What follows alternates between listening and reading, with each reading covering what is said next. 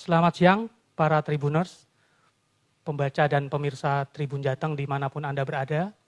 Kita berjumpa lagi dalam acara Tribun Forum, acara bulanan yang digelar oleh Harian Umum Tribun Jateng, juga website tribunjateng.com yang setiap bulannya menyajikan topik-topik aktual, topik-topik terbaru mengenai apa yang sedang terjadi di tengah-tengah masyarakat. Kali ini Tribun Forum akan menyajikan mengenai wacana pembukaan jalur sepeda di Semarang. Salah satu yang sedang kita jalani, sedang kita amati belakangan ini adalah fenomena boom atau demam goes di mana-mana di seluruh Indonesia, termasuk juga di Kota Semarang. Nah, dalam kesempatan ini kami akan mengangkat mengenai perlunya atau pentingnya keberadaan jalur sepeda dari berbagai aspek, dari berbagai pertimbangan, sehingga kami juga menghadirkan beberapa pemangku kepentingan di sini, mulai dari para eksekutif, kemudian juga ada dari kepolisian, ada dari komunitas sepeda sendiri, juga dari pengamat pemerintahan.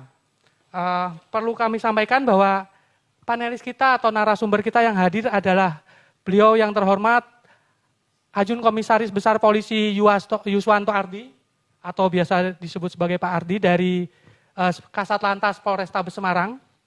Kemudian Bapak Danang Kurniawan, Kabid Pengendalian dan Penertiban Dinas Perhubungan Kota Semarang.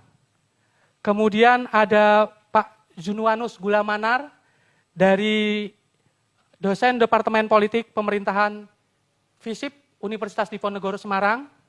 Dan yang terakhir adalah Pak Sinar, atau kami biasa memanggilnya Om Sinar, dari komunitas penggiat komunitas sepeda Semarang. Perlu Tribuners ketahui bahwa tayangan ini tampil di seluruh platform media sosial yang dimiliki Tribun Jateng, mulai dari Instagram dan juga Facebook serta YouTube. Silahkan para Tribuners bertanya pada kolom komentar. Kemudian kami juga menyediakan hadiah bagi 4 orang penanya yang beruntung. Ada penanya pertama akan mendapatkan voucher menginap di Hotel Santika Premier Semarang selama 1 malam untuk 1 orang. Kemudian ada sarung tangan dari Zuna Gloves, sebuah brand lokal Indonesia yang fokus di bidang aksesoris olahraga, terutama sarung tangan. Salah satunya adalah sarung tangan sepeda. Dan sarung tangan yang di bagian ini adalah edisi khusus dan terbatas. Ini sarung tangannya. Kemudian juga jangan lewatkan kuisnya di Instagram Tribun Jateng setelah acara ini. Hadiah kuisnya ada 5 voucher diskon dari Identik Batik senilai 45%, kemudian ada 5 voucher Rp100.000 dari WFH Cafe, kemudian ada 10 voucher Rp50.000 di ayam goreng panas Mbok Bere Nyonya Subekti. Demikianlah pembukaan yang kami sajikan hari ini. Kemudian para Tribuners, inilah berbagai masukan atau pandangan dari para pemangku kebijakan mengenai perlunya atau pentingnya jalur sepeda di Kota Semarang. Kesempatan pertama kami berikan kepada Pak Sinar sebagai salah satu penggiat sepeda di Kota Semarang ini, yang beliau akan menyampaikan mengenai bagaimana keinginan dari para penggoes di Kota Semarang mengenai jalur sepeda. Silakan kepada Pak Sinar, kami persilahkan.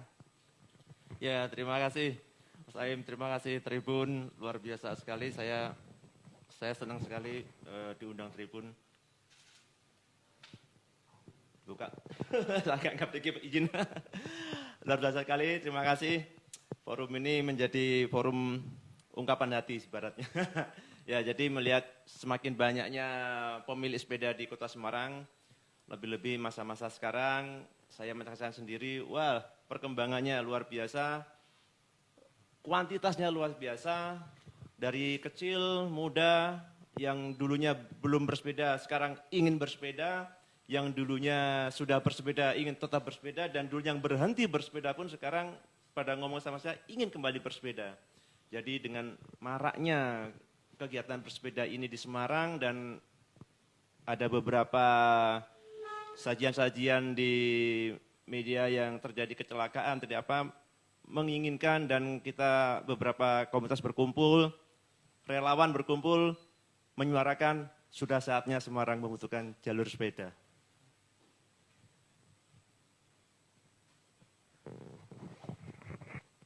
Mungkin ada masukan lain dari komunitas sepeda, Pak, mengenai bagaimana yang dirasakan setiap hari saat tidak ada jalur sepeda ini. Ya, beberapa berdiskusi kita bahwasanya jalur sepeda ini perlu dilakukan karena adanya beberapa teman yang dia bersepeda ke kota, ada juga beberapa teman-teman yang bersepeda secara pariwisata, kemudian ada juga beberapa komunitas yang bersepeda, dia pergi dari rumah ke kantornya atau yang disebut dengan back to work. Jadi pada jam-jam tertentu dia membutuhkan sebuah line yang aman bagi dia untuk melakukan perjalanan itu. Gitu. Di samping yang saya sebutkan tadi yang rekreatif, yang di akhir-akhir minggu, gitu hari Sabtu Minggu, itu juga mereka membutuhkan jalur yang aman. Di samping itu juga untuk wisata. Saya sering membawa teman-teman dari luar Semarang, soalnya mereka menilai bahwa Semarang perlu dan layak dikunjungi karena adanya kota-kota tua, adanya peninggalan-peninggalan yang lain, dan Semarang adalah kontur yang tidak flat, konturnya naik turun, sehingga mereka suka dengan keadaan kayak gini gitu. Jadi kita menginginkan sebuah jalur yang nyaman bagi pemilik sepeda maupun dari wisata yang ingin bersepeda di Semarang. Saya rasa ini sangat-sangat perlu untuk saat ini. Untuk jalur sepeda ini Pak Sinar, apakah bentuknya seperti yang pernah ada berupa line atau garis gitu, atau mungkin hanya berupa rambu-rambu? Monggo, ini sebuah diskusi, sebuah kepentingan, karena tentunya ada beberapa plus dan minusnya terhadap pembuatan jalur ini, baik berupa rambu maupun berupa line khusus gitu yang harus dibikin gitu supaya terlihat aman dan terasa nyaman bagi para pesepeda. Jadi bisa berupa rambu ataupun juga berupa garis khusus lain yang ada di jalan. Tentunya dengan memandang aspek-aspek lain, Mas Aim. Betul. Ada berbagai aspek Pak ya, tidak semata-mata aspek keselamatan, tapi juga kita juga berpikir mengenai aspek ekonomi misalnya, karena ada beberapa lokasi yang juga menjadi tempat parkir misalnya, itu juga mungkin perlu menjadi pertimbangan dalam wacana ini. Iya, sangat harus benar-benar diperhatikan. Makanya ada beberapa teman-teman juga aktivis dan relawan sepeda, mungkin by jam gitu kan, jam sekian sampai jam sekian ini tolong clearing karena ini akan dipakai untuk para sepeda yang akan berangkat ke kantor ataupun yang mereka pulang dari kantor gitu. Atau jam sekian sampai jam sekian ini masa-masa pagi pada weekend yang sepeda banyak bergerak gitu. Jadi anyway ayo kita bahas bersama bagaimana yang tepat, bagaimana yang baik untuk menjaga kesemuanya supaya tidak terjadi crash di jalan antara pesepeda dan pengguna jalan yang lain tentunya. Sama-sama. Kalau sejauh ini pengalaman Anda dengan rekan-rekan komunitas seperti apa Pak? Selama bersepeda, apakah sudah sampai kepada kebutuhan yang mendesak mengenai jalur sepeda ini? Ya, saya rasa sudah mulai harus dipikirkan karena tadi saya sampaikan kuantitasnya semakin banyak. Jadi yang dulu di Kota Lama itu terlihat sepi, sekarang kalau kita weekend di situ harus hati-hati kalau dengan pengendara yang lain karena di situ crowded sekali, ada pesepeda, ada juga pengguna jalan yang lain gitu. Juga di Jalan Pemuda, di Jalan Pandanaran gitu. Semakin lama semakin banyak orang yang ingin menggunakan akses tersebut untuk rekreatif lah, untuk back to work juga. Ya. Jadi banyak sekali sekarang penambahannya jumlah ya kuantitinya. Banyak sekali. Baik. Kita berlanjut kepada Pak Ardi, ini mungkin sudah mendapatkan masukan dari Pak Sinar sebagai anggota komunitas sepeda ini. Mungkin bisa menjelaskan dari sisi regulasi kemudian atau sisi lainnya yang terkait aspek keamanan Pak atau keselamatan, silakan. Ya, terima kasih. Jadi saya sangat menyambut baik dengan adanya rencana pembuatan jalur sepeda di Kota Semarang. Perlu saya jelaskan dulu di awal bahwa memang fenomena sepeda ini sudah semakin meningkat. Semuanya orang beralih menggunakan sepeda baik itu sebagai sarana transportasi maupun sebagai sarana olahraga. Namun perlu saya ingatkan bahwa memang berdasarkan data yang kami himpun, terjadi banyak kecelakaan lalu lintas yang melibatkan pesepeda.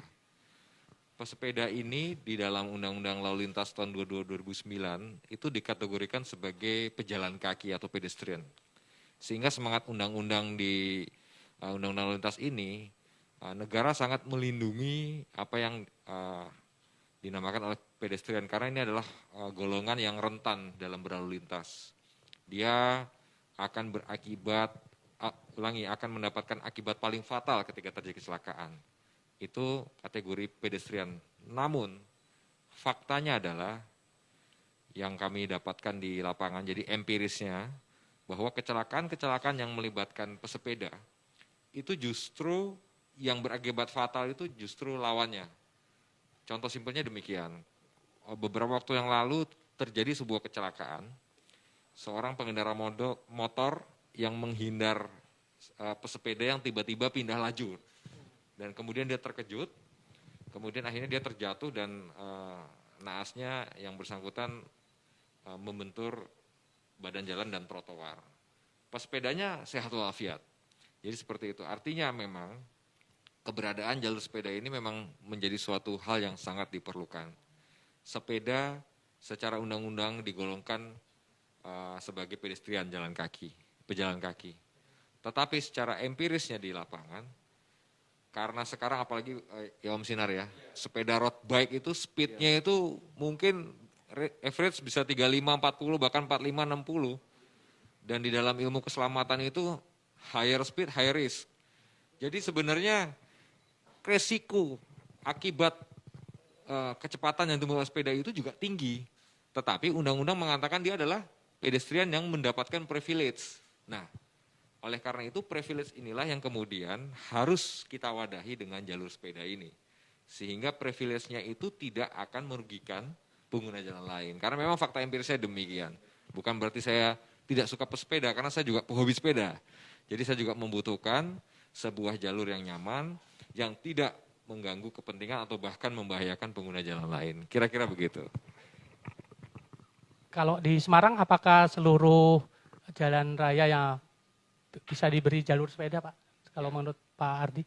Atau hanya daerah-daerah tertentu, zona tertentu? Om Sinor udah bilang tadi kan, Semarang ini unik. Kotanya ini kalau di Italia kayak Venesia. Ya, berbukit ya, naik turun begitu, keren. Kota yang sangat unik. Nah, lucu. Tadi waktu saya berangkat ke sini, saya pesan, nanti kalau diskusi, kalau bisa nanti jalur sepedanya jangan banyak yang nanjak-nanjak gitu. Begitu.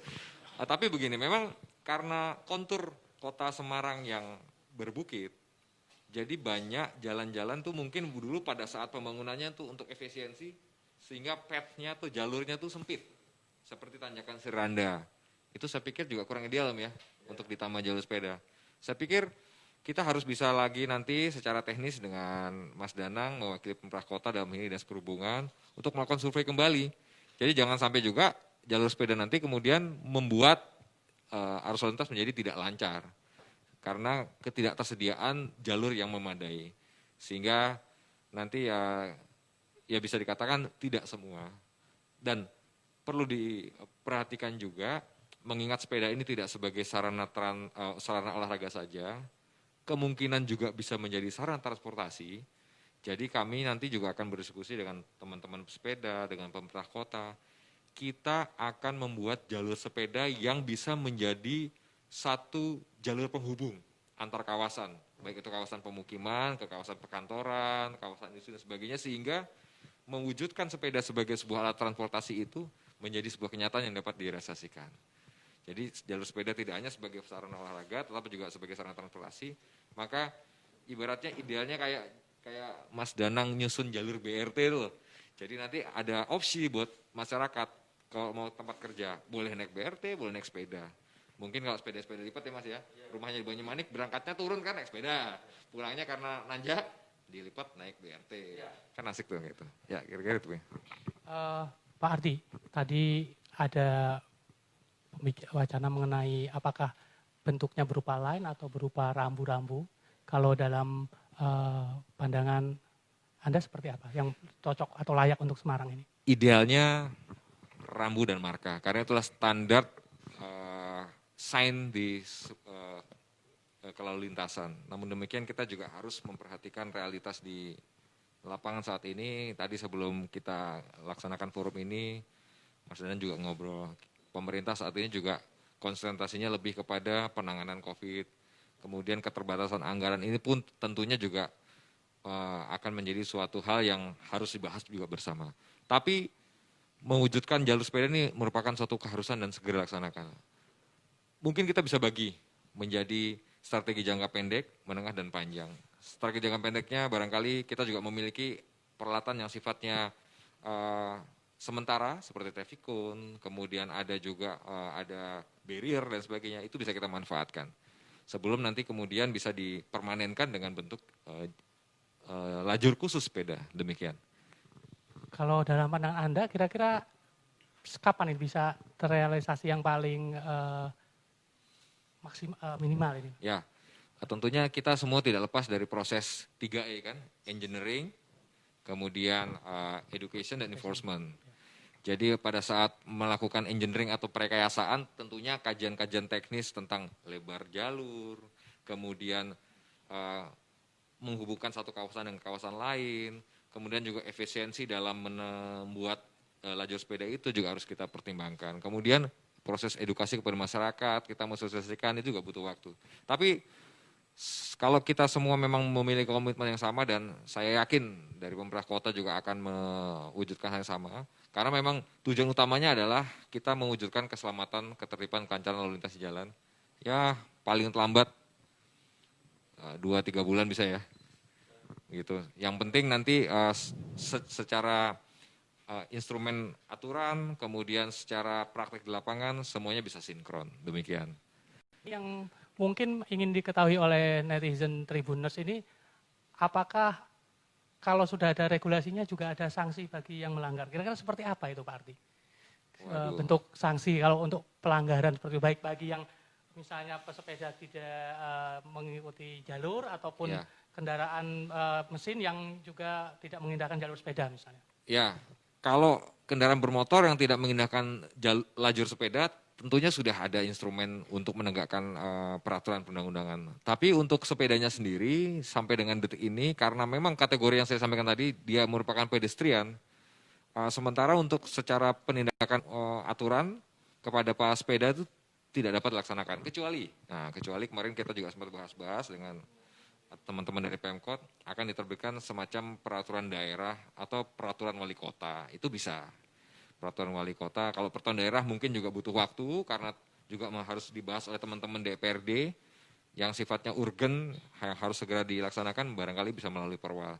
Tetapi nanti itu akan berkembang melihat ancaman apa yang harus kita antisipasi dalam rangka untuk kita urgensi kita menerbitkan peraturan itu. Demikian. Terima kasih. Kita berlanjut kepada Pak Danang Kurniawan dari Dishub atau Dinas Perhubungan Kota Semarang ini Pak. Monggo silakan disampaikan pandangannya mengenai pembukaan jalur sepeda di Kota Semarang ini Pak. Terima kasih matur nuwun.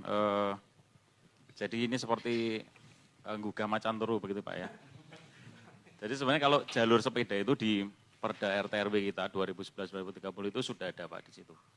Jadi memang pembuatan atau pembangunan jalur sepeda ini tidak bisa hanya sporadis ya, karena di situ ada banyak aspek. Jadi untuk yang pertama itu mungkin jalur sepeda untuk olahraga dan rekreasi. Kemudian di situ ada jalur sepeda memang untuk transportasi dan untuk jalur yang khusus di pemukiman seperti itu Pak. Kalau permasalahan sekarang ini kita yang seperti Pak Kasat sampaikan itu ibaratnya harus cepat-cepat mengobati sakit yang sekarang gitu loh. Karena sekarang kan membludak begitu, banyak begitu, memang harus cepat ditangani gitu kan. Salah satu skala prioritas apa dulu gitu. Misalnya nanti yang pemukiman itu kita tinggal dulu lah karena keterbatasan anggaran seperti yang tadi sudah disampaikan. Jadi mungkin sepeda yang olahraga dan rekreasi nih Pak ya, yang hari-hari tertentu itu memang harus kita tangani Pak. Saya juga kasihan Pak Kasat dengan anggotanya ini Pak, pagi itu waktu apel itu, apelnya belum selesai sepedanya sudah ngeruntel di simpang 5. Ya, jadi saya ngamati gitu kan. Saya juga tertarik, akhir-akhir ini saya ikut, wah Pak Kasat main sepeda, saya juga main sepeda. Katanya kalau sepeda itu bisa mengecilkan perut, ternyata belum Pak. Nah, saya sudah coba 2 minggu kok masih ajek gitu kan, pakai ikat pinggangnya masih sesek gitu, jadi ya saya mau coba lagi. Jadi begitu Pak, jadi jalur sepeda ini kan seperti tadi ada pentahapan-pentahapannya itu. Jadi kalau yang sekarang ini mungkin untuk mengejar target ini, mungkin tadi yang disampaikan, sebenarnya jangan 2-3 bulan Pak, nanti mereka nagih Pak. Ya nanti mereka nagih, karena jalur sepeda ini ada standarnya gitu. Kalau marka itu harus ada. Itu yang istilahnya jalur yang bercampur dengan kendaraan bermotor. Karena memang kalau kita sudah menyediakan jalur sepeda, konsekuensinya itu harus memang istilahnya nyambung dari titik mana sampai titik mana, dan itu instrumennya harus ada semua. Seperti rambu dan pemarkaan. Karena nanti di simpang-simpang itu mereka tetap bercampur dengan kendaraan. Jadi aspek keamanannya harus memang diperhatikan. Karena pesepeda ini, apa yang disampaikan Pak Kasat itu betul. Jadi nilainya itu sama dengan pedestrian pejalan kaki. Mereka pangkatnya itu paling tinggi. Karena pengendara pengguna jalan, pengemudi kendaraan bermotor ini harus mengutamakan keselamatan pejalan kaki dan pesepeda, Pak. Jadi memang harus ngalah. Jadi kalau memang kalau sekarang ini kita harus ngobati sakit yang ada sekarang ini, mungkin nanti kita bisa lakukan survei atau kajian bareng dengan Satlantas, kemudian dari teman-teman PU, kemudian rekan-rekan komunitas sepeda ini kita libatkan. Jadi kalau jalur-jalur kota itu yang bisa digunakan untuk disiapkan untuk lajur sepeda itu ada ukurannya. Itu jadi antara jalan arteri sekunder 14 sampai 20 meter gitu Pak. Itu baru bisa kita garis. Dan itu pun nanti tidak ada pembatasan yang berupa curb atau batas fisik, hanya gambar saja gitu. Hanya gambar saja, kemudian di situ kita juga harus membebaskan parkir-parkir. Jadi kalau sudah ada jalur, mereka nanti pasti merasanya saya punya hak di sini. Kok ono parkir nang ini, nanti komplainnya kembali lagi ke kita, kembali lagi ke polisi gitu kan. Nah, terus kemudian kalau masih ada mobil di situ, nanti mereka keluar dari jalur dan terjadi kecelakaan, kan pasti pemerintah juga yang harus bertanggung jawab. Kalau sesuai dengan undang-undang sendiri memang sudah jadi tugas atau kewajiban pemerintah menyiapkan jalur sepeda ataupun jalur pejalan kaki, Pak. Undang-undang lalu lintas maupun di peraturan pemerintah itu ada. Nah, menjadi kewajiban kita. Dulu di Kota Semarang itu sudah pernah dicoba, mungkin ya Om, di Jalan Pemuda, kemudian Pandanaran sampai ke 55 ya. Ye. Tapi itu kurang ideal kalau sekarang itu memang treknya harus lebih diperpanjang lagi. Saya intinya, saya setuju dan mendukung sekali Pak. Karena saya mulai tertarik juga dengan sepeda ini. Saya juga pegalnya belum hilang kemarin nyoba itu. Nanti mungkin saya dengan Pak Kasat, kemarin juga Pak Kasat ini sangat ini Pak. Aktif sekali. Kemarin waktu begitu mulai ada sepeda itu langsung telepon saya saya bikinkan rambu yang sepeda itu. Jadi anggotanya beliau ini kalau pagi-pagi sudah nyiapkan rambu dan barrier itu nanti diambil lagi. Jadi saya rasa nanti ke depannya jangan seperti itu. Jadi petugas juga jangan dipeleter begitu kan. Kita juga harus mengedukasi mereka kalau memang sudah ada jalur sepeda, mereka harus tertib, harus masuk di situ. Harus sesuai dengan rule-nya seperti itu, juga pengawasan petugasnya juga semakin mudah. Kalau kemarin saya kasihan Pak dengan polisi, dengan petugas Dishub itu pagi-pagi nata-nata seperti itu, tapi mereka juga tidak patuh gitu kan. Wes dibatas mereka tetap masih aja keluar. Ya, karena mungkin dari medannya juga tidak menampung dengan jumlah pesepedanya. Nah, nanti kalau misalnya istilahnya, kalau memang mau kita mengobati sakit yang sekarang ini, ya tentunya kita amatilah. Mereka kan larinya ke Kota Semua, ke Simpang 5, ke sekitar-sekitar itu. Nanti kita skala prioritas dulu Pak. Kita patenkan jalur yang itu, kita sediakan lokasi itu biar mereka terbiasa di situ. Karena ini juga hari-hari tertentu kan, bukan mereka belum terbiasa yang bersepeda itu setiap hari, yang misalnya sepeda seperti feeder dari rumah ke halte BRT, sepeda yang dititipkan atau dilipat di bawah itu kan mereka belum. Mereka karena euforia COVID ini, usum-usuman itu kan, ya sudah enggak apa-apa, kita kejar dulu yang itu. Tapi karena judulnya olahraga dan rekreasi, tentunya tetap kita harus arahkan ke tempat-tempat rekreasi yang lain Pak. Misalnya nanti Simpang 5 kita tarik ke arah Kota Lama atau seperti apa kan, pasti nanti ada dari teman-teman komunitas juga punya informasi. Iya, kalau kita mau diskusinya jalur sepeda yang secara makro itu di pada RTW ada, jalurnya ada, treknya ada, ya, yang layak itu di mana, kemudian nanti kemauan pemerintah menyediakan jalur itu, pasti ada tahapan-tahapannya gitu. Tapi kalau seperti yang disampaikan Pak Ardi tadi, untuk mengejar yang sekarang ini, saya rasa yang sepeda olahraga dan rekreasi itu yang harus kita selesaikan dulu. Yeah. Kalau Seperti secara umum untuk mengeluarkan perwal atau perda ini butuh berapa lama, Pak? Kalau perda pasti lama Pak, Ya. pasti ada kajian ya, pasti ada kajian, kemudian nanti pasti ada public hearing segala. Yang paling cepat adalah peraturan wali kota, dan peraturan wali kota. Jadi nanti juga akan bisa membuat efek jera bagi orang-orang yang istilahnya nek wis disediake kok sing nglanggar kan seperti itu. Betul. Jadi untuk keselamatan dan kenyamanan semua. Kalau untuk tahapan sampai ke keluarnya peraturan wali kota atau perwal ini juga butuh waktu berapa lama ini Pak Danang? Kira-kira? Dan apa saja yang dibutuhkan untuk sampai ke Ya nanti terbitnya jadi perwal dari itu? kami akan melakukan kajian-kajian teknis seperti itu Pak, kita melakukan pengamatan, kemudian pasti kita diskusi dengan rekan instansi samping terutama dari Polri, kemudian dari PU, kemudian ada nanti dari Dispora, kemudian kita juga akan minta informasi dari rekan-rekan istilahnya komunitas itu, nah, kemudian baru kita ajukan. Nanti ada bagian hukum di Pemkot yang mengkaji itu, diajukan ke wali kota seperti itu. Tapi jelas kalau payung hukumnya sebenarnya sudah ada di Perda RT RW itu Pak ya? Kalau jalur sepedanya ya, cuman kalau perilakunya untuk pesepeda ini kan tidak diatur di situ. Oh, siap. Ini dari sisi historis nih Pak Danang. Di Semarang ini di jalur jalan MT Haryono atau Jalan Mataram itu kan secara historis sebenarnya ada jalur sepeda atau non jalur lambat toh. Ya, jalur lambat itu ya. Itu kalau di daerah zona lain tidak ada kan seperti itu ya. Nah, ini kalau misalnya diterapkan mungkin di kota lama gitu bisa nggak Pak? Kira-kira seperti itu. Bisa Pak, cuman begini loh, kalau di existing itu seperti MT Haryono itu kan kawasan bisnis ya. Iya. Itu jalur lambat itu tinggung gelar dagangan gitu loh. Jadi nanti kan tidak nyaman. Iya. Itu parkir di situ, kemudian dari toko-toko itu keluar semua dagangannya. Nah, kita memang harus benar-benar siapkan jalur, mungkin bisa lah nanti kita survei gitu, kita sepakati. Jadi kan kayak topografinya kan kita juga naik turun gitu ya. Seperti Pak Ardi bilang tadi, tetap harus ada yang diarahkan ke tanjakan gitu kan Pak. Siap. Oke, baik. Jadi biar nggak bosan ya, muter-muter situ saja ya. Betul. Nah, ini selanjutnya kita beralih ke Pak Gulam ini sebagai pengamat pemerintahan. Ini kita ingin mengetahui pandangannya mengenai gimana dari sisi regulasi atau kebijakan pemerintah kota mengenai pembukaan jalur sepeda. Silakan, Pak. Terima kasih para pemirsa Warganet dan narasumber, moderator. Jadi ini adalah forum yang sangat baik karena mempertemukan stakeholder pesepeda di Kota Semarang. Kebetulan bapak-bapak yang menjadi narasumber dan memiliki kewenangan ini juga pelaku pesepeda, jadi sangat paham sekali kebutuhan sepeda yang ada di Kota Semarang.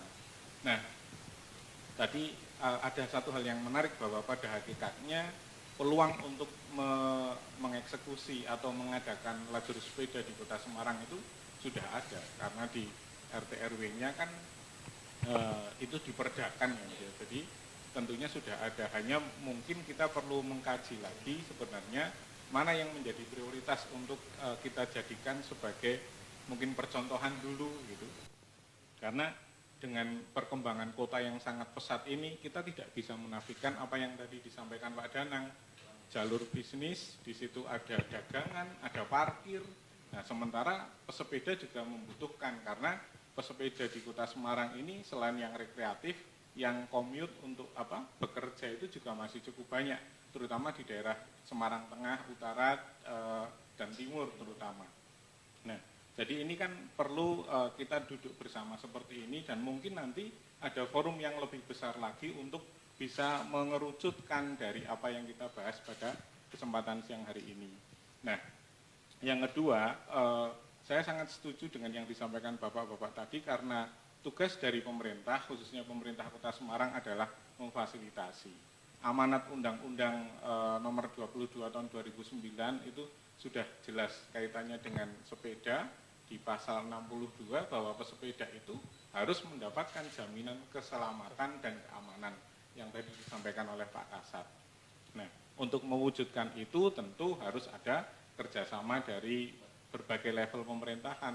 Yang kita dengar beberapa waktu yang lalu kan, wah ini Kementerian Perhubungan sedang membuat peraturan tentang sepeda. Bahkan mungkin yang mencuatkan, wah nanti mau dipajekin lagi. Wah itu jelas tidak mungkin akan dipajekin lagi. Kenapa? Karena belajar dari tahun 90-an atau tahun 80-an, biaya operasional untuk majekin sepeda itu lebih besar daripada pendapatan dari pajak sepeda. Jadi kita tidak perlu risau soal itu. Nah, yang ketiga yang perlu kita tindak lanjuti bersama adalah selain kita bicara soal infrastruktur tadi, lajur sepeda yang jarang diangkat.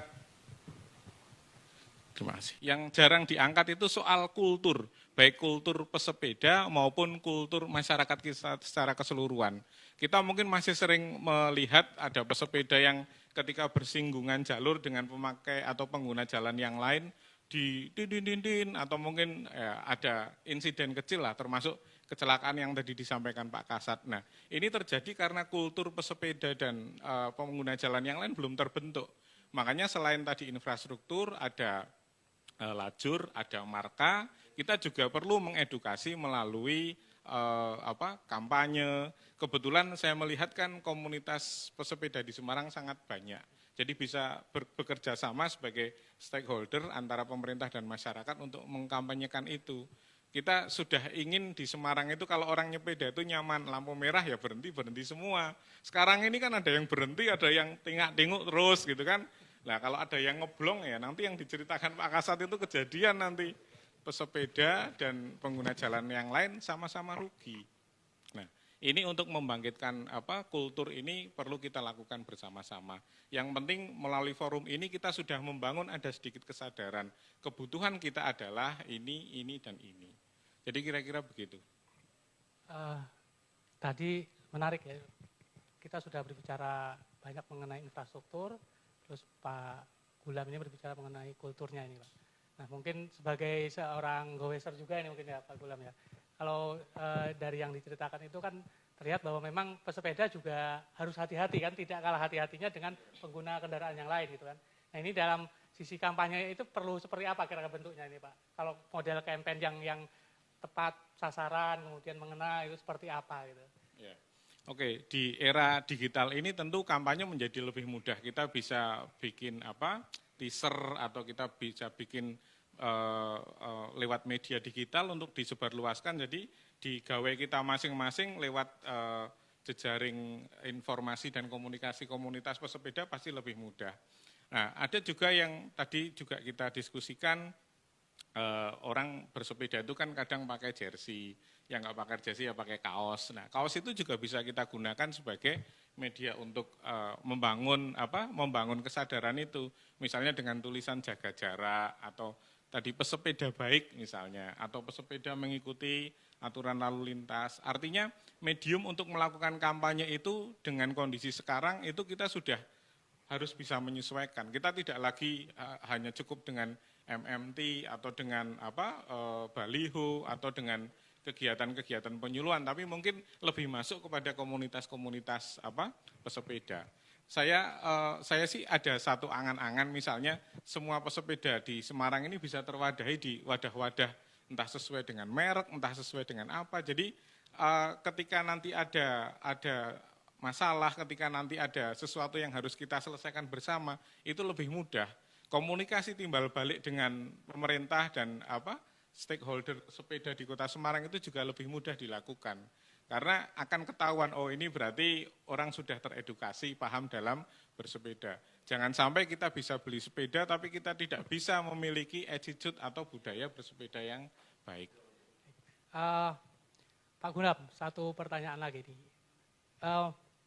Dari sisi peraturan atau regulasi, apa yang sebaiknya dilakukan oleh komunitas agar bisa mendorong pemerintah, terutama pemerintah Kota Semarang segera mengeluarkan atau menerbitkan kebijakan mengenai jalur sepeda ini? Mungkin bisa memberi masukan? Ya, kita bisa saja melakukan benchmarking ya, atau kita melihat di wilayah lain yang sudah agak lebih maju dalam proses pengelolaan persepedaan ini. Memang kalau kita tadi disinggung soal perda tentu akan sangat panjang sekali. Kemudian ini belum bicara soal kajian, pembahasan di DPRD dan sebagainya. Ya yang memungkinkan untuk dilakukan adalah perwal. Hanya saja memang untuk bisa mengidentifikasi itu, ya kita harus tahu kebutuhan dan masalah kita apa dulu. Supaya perwal ini tidak kemudian hanya sekedar perwal. Tapi apa yang perlu diatur. Dan tadi kalau yang bicara soal sanksi yang ditanyakan kepada Pak Kasat, ya peraturan yang baik itu juga harus diikuti dengan sanksi dan proses penegakan hukumnya. Bukan jangan sampai kemudian karena saya pesepeda kok saya kan kastanya paling tinggi di jalan bisa melenggang seenaknya, ya nggak bisa. Semua jalan raya itu adalah ruang publik dan kita sebagai pengguna jalan itu juga terikat dengan aturan publik. Kalau pesepeda salah ya harus dihukum. Kalau misalnya bisa ditilang ya ditilang. Kalau misalnya harus disita sepedanya ya disita supaya tidak membahayakan ruang publik gitu. Jadi alternatif yang memungkinkan ya perwal tadi, hanya saja ya tadi perlu duduk bersama mengidentifikasi masalah-masalah yang harus diatur di perwal itu seperti apa. Dan ini sudah dirintis ya Pak, sudah dimulai dari duduk bersama di sini. Ya, ini satu langkah yang baik ya, kita bisa ketemu bareng, diskusi bareng, dan tentu para warganet yang menyaksikan acara ini bisa memberikan masukan-masukan, memberikan dukungan, memberikan inspirasi, mungkin ada cerita di tempat lain yang cukup bagus yang bisa kita adopsi, kenapa tidak gitu. Ya. Kita berlanjut ke pertanyaan dari Tribuners, dari netizen ini. Pertanyaan pertama ini mungkin ditujukan kepada Pak Kasat. Apakah pesepeda boleh memakai headset Pak? Apakah ada aturannya? Jadi sambil mendengarkan musik gitu, atau mungkin semakin maju teknologi bisa sambil nonton TV atau nonton drakor misalnya, silakan Pak. Ya kembali lagi, kita memang kalau bilang boleh tidak boleh itu, kalau saya sebagai penegak hukum tentunya kan berdasarkan aturan hukum. Kalau aturannya sih tidak ada yang mengatur. Apakah dia bisa menggunakan headset atau tidak itu bebas-bebas saja. Tapi perlu diingat, seperti diingatkan Pak Gulam tadi kan, ini jalan raya ini ruang publik. Kita berinteraksi dengan satu dengan yang lainnya. Bayangkan ketika nanti pakai headset terus ada klakson atau ada indikator-indikator apa yang menjadikan warning bagi yang bersangkutan sendiri malah yang tidak mendengarkan. Contoh nih ya, nauzubillah balik, jangan sampai tiba-tiba ada truk remnya blong, ngasih tahu kalau minggir semua, dia pakai headset, nggak dengar kan, nah nanti kesenggol. Nah ya kalau kesenggol ini global, senggolnya truk gandeng kan lumayan kan gitu. Seperti itulah kira-kira. Jadi dinalar saja, tidak ada aturannya, tetapi perlu diingat bahwa etika juga perlu diperhatikan, kemudian pengalaman-pengalaman empiris juga harus menjadi pelajaran bagi kita semua. Karena ini ada ruang publik yang satu sama lain saling berinteraksi. Untuk Pak Sinar ini, apakah akan ada event sepeda dalam waktu dekat ini Pak, dari komunitas? Kami sudah nggak sabar untuk mengikuti ini. Ya, pertanyaan selalu ditujukan ke saya, master event. Ya, kita karena keadaan masih seperti ini, Mas. Jadi kita sangat hati-hati sekali kalau membuat event karena pasti harus mengikuti protokol kesehatan. Seperti event-event yang sudah dilakukan dengan berjarak, dengan berkelompok-kelompok staffnya itu sudah dilakukan di mana-mana di komunitas saya dan juga di event-event nasional yang sudah dilakukan di Jawa Tengah itu juga ada. Cuman kalau dalam waktu dekat sabar dulu deh, sabar dulu ya. Menghindari kerumunan lah ya. Iya itu sangat penting. Soalnya kita bersepeda untuk sehat ya. Dan kita juga tidak menjadi penular bagi yang lain. Salam sehat. Untuk Pak Danang ini Pak, apakah dengan adanya jalur sepeda Semarang tidak tambah semrawut? Mohon diperhatikan jalur misalnya sekitar Kalibanteng, Kerapyak, sekitarnya di mana armada besar tumpah ruah di sana. Ya, silakan Pak. Iya. Jadi tentunya nanti kalau kita sudah mau membuat jalur sepeda, itu kan kita seperti yang saya sampaikan, kita di jalan-jalan yang arteri sekunder seperti itu. Kita pasti perhatikan di situ kecepatan lalu lintasnya seperti apa. Karena mereka pasti masih bercampur dengan kendaraan bermotor. Di Semarang ini saya rasa belum ada ruas jalan yang bisa kita bebaskan untuk jalur khusus sepeda dengan pembatas fisik yang rigid gitu, seperti curb itu. Ya tentunya nanti pasti kita akan menyediakan jalur sepeda yang masih relatif aman saja dan nyaman untuk semua pengguna jalan, begitu Pak. Ini mengingat pertanyaan ini saya kok jadi teringat Pak Danang ini. Di Kaligawe itu kan hampir tiap pagi juga sore kan banyak pesepeda ya yang menggunakannya sebagai alat transportasi ke tempat kerja ya. Itu juga mungkin perlu pembahasan khusus mengenai ini ya. Iya, seperti saya sampaikan di depan, karena sepeda ini kan ada 3 kriteria ya. Untuk yang pertama itu jalur sepeda khusus untuk rekreasi dan olahraga, kemudian memang untuk transportasi dan pemukiman itu. Seperti daerah industri itu memang harus ada jalur khusus memang untuk sepeda. Jadi itu ada satu kategori tersendiri gitu loh. Okay. Ini ini tepat untuk Pak Gulam ini. Kalau ada jalur sepeda, apakah beca atau beca rekreasi atau kendaraan tanpa mesin lainnya bisa menggunakan jalur yang sama? Boleh atau enggak? Misalnya ini mungkin ya, skateboard gitu misalnya. Iya, tentunya kalau kita berdasarkan aturan kan, misalnya aturannya sepeda ya sudah jelas sepeda saja. Karena di undang-undang kita tadi dikatakan sepeda itu pedestrian ya, atau juga bisa dikatakan moda transportasi non motor atau tidak bermotor. Itu kan memang aturannya sudah jelas di sana. Jadi kalau jalur sepeda ya mestinya bisa digunakan untuk sepeda saja.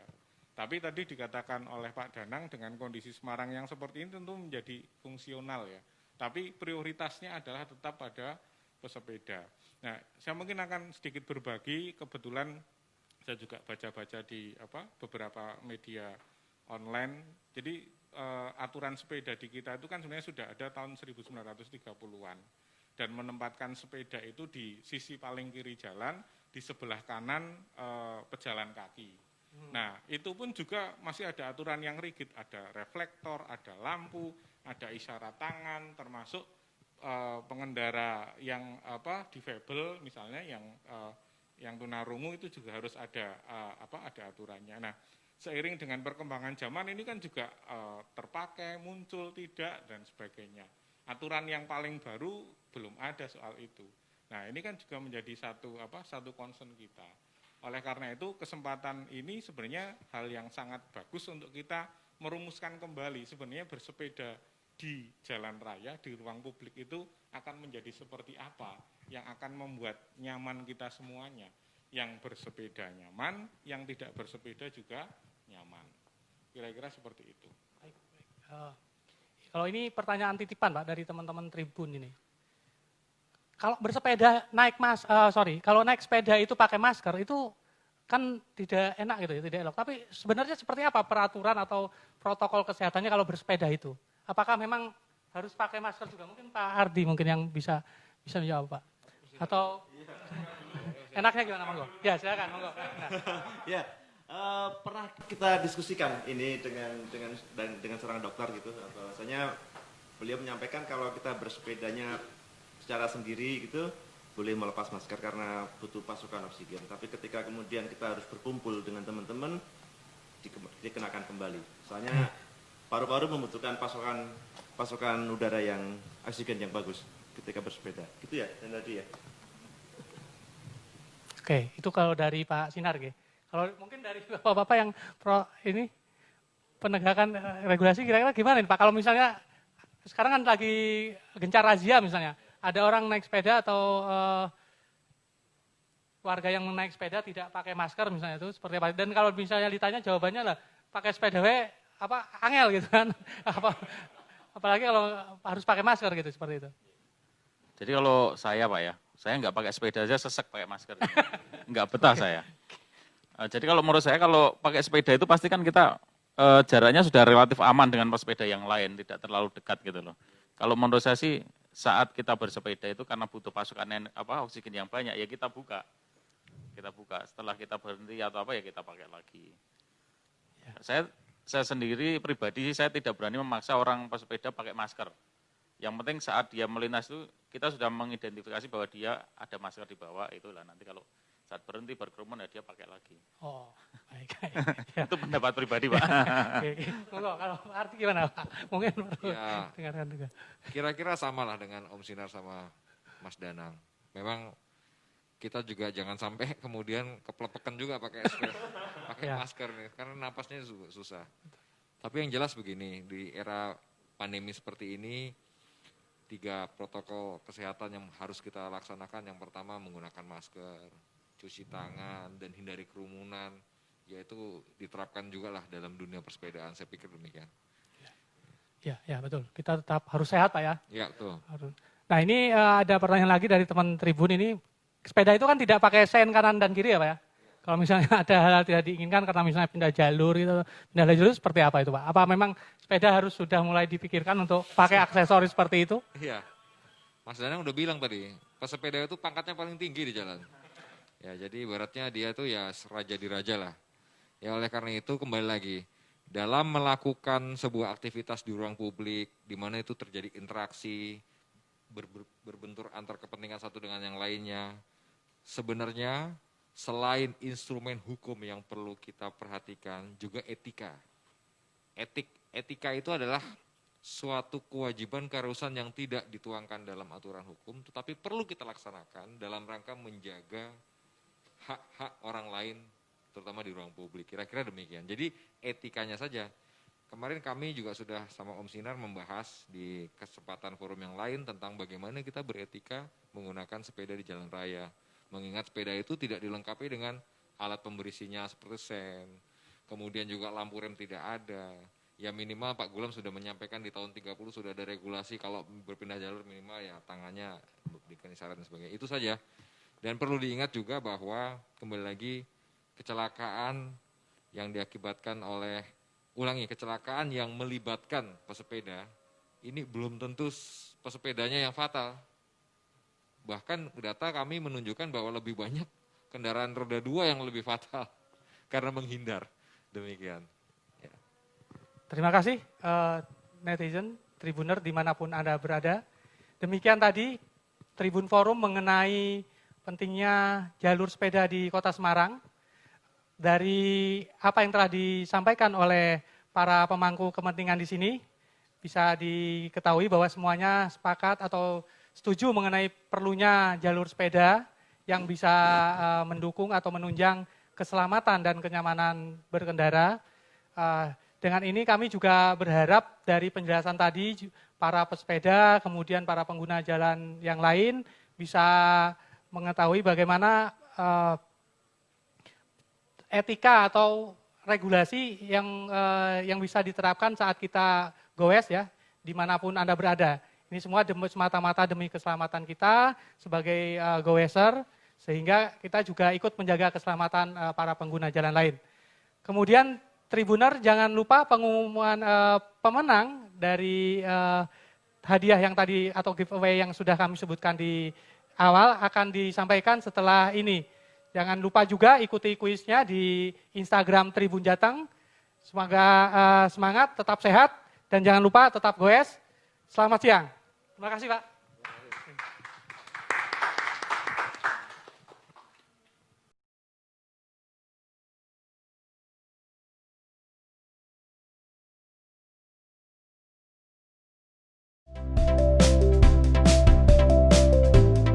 Jangan lupa subscribe ya.